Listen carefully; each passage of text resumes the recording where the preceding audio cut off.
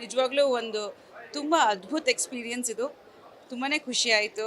First of all Radhika ಅವ್ರಿಗೆ ಸ್ಕ್ರೀನಲ್ಲಿ ನೋಡೋದೇ ಒಂದು ಹಬ್ಬ.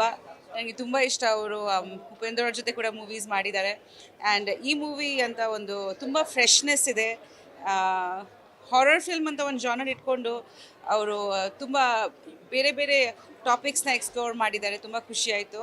ಫ್ರೆಶ್ನೆಸ್ ಇದೆ. ಡೈರೆಕ್ಟರ್ ತುಂಬ ಒಳ್ಳೆ ಕೆಲಸ ಮಾಡಿದ್ದಾರೆ ಶ್ರೀಜಯ್. ಎಸ್ಪೆಷಲಿ ಅಘೋರಿ ಪಾತ್ರದಲ್ಲಿ ಅವ್ರ ಔಟ್ಸ್ಟ್ಯಾಂಡಿಂಗ್. ಅವ್ರದ್ದು ಸ್ಕ್ರೀನ್ ಪ್ರೆಸೆನ್ಸು ತುಂಬಾ ಚೆನ್ನಾಗಿದೆ. ಆ ಸಾಂಗ್ ಅಂತ ಒಂದು 2 ಸಾಂಗ್ಸು ಒಂಥರ ಗೂಸ್ ಬಂಪ್ಸ್ ಬಂದುಬಿಡ್ತು ನನಗೆ.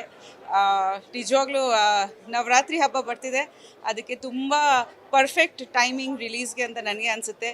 ಈ ಥರ ಪವರ್ಫುಲ್ ಕ್ಯಾರೆಕ್ಟರ್ಸು ಹೆಣ್ಮಕ್ಳು ಇಂಡಸ್ಟ್ರಿಯಲ್ಲಿ ಮಾಡಿದಾಗ ನನಗೆ ತುಂಬ ಖುಷಿ ಆಗುತ್ತೆ. ಅದರಲ್ಲಿ ಒಂದು ಒಳ್ಳೆ ಮೆಸೇಜ್ ಕೂಡ ಇದೆ. I am sure it's gonna be a super hit.